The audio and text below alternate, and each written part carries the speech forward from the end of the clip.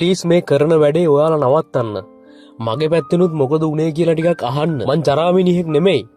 ඉතින් මේ වෙනකොට මුළු රටකම මාර්තුකා වෙලා තියෙන මිස්ටර් කොත්තුගේ වෙස්මූණ ගලවපු තමන්ගේම ආයතනයේ සේවකින් ගැන සහ රටේ මේ වෙනකොට ෂෙයා වෙන මිස්ටර් කොත්තු තමන්ගේ සේවකින්ට ඉතා අමානුෂික විදිහට පහර දෙන වීඩියෝ වලට මිස්ටර් කොත්තු අධිපති විරාජ් වික්‍රමනායක රටේ මිනිසුන්ගෙන් සහ ඔහුගේ සේවකීන්ගෙන් සමාව ඉල්ලා කරපු ප්‍රකාශයක් ගැන අපිට සමාජ මාධ්‍ය පුද්ගලයෙකු හරහා දැනගන්නට ලැබුණා. උපුටා ගැනීම. මුලින්ම මං ලංකාවේ හැමෝගෙන්ම සමාව ඉල්ලනවා.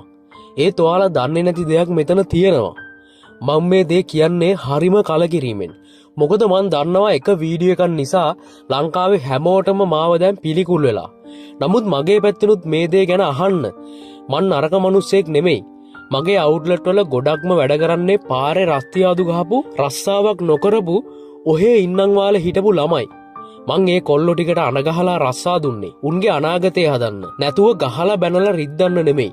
නමුත් මටත් හැම දෙයකම ඉවසන්න පුළුවන් සීමාවක් තියෙනවා. මගේ අවුට්ලට් වලින් දවස ගානේ සල්ලි අඩු වෙද්දි මං කොච්චර හොඳට ඒ කොල්ලන්ව ට්‍රේන් කරත් කන්න එන මිනිස්සු කෑම ගැන කම්ප්ලේන් කරද්දි මං කොහොමද මේ දේවල් දරාගන්නේ? ඉතින් ඒ නිසයි මගේ අතින් පාරක් ගැහුනේ. නමුත් මං කවදාවත් ඒ කොල්ලොන්ට වරදක් කරලා නැහැ. මං අනිත් පැත්තට ආපහු උන්ට කතා කරනවා.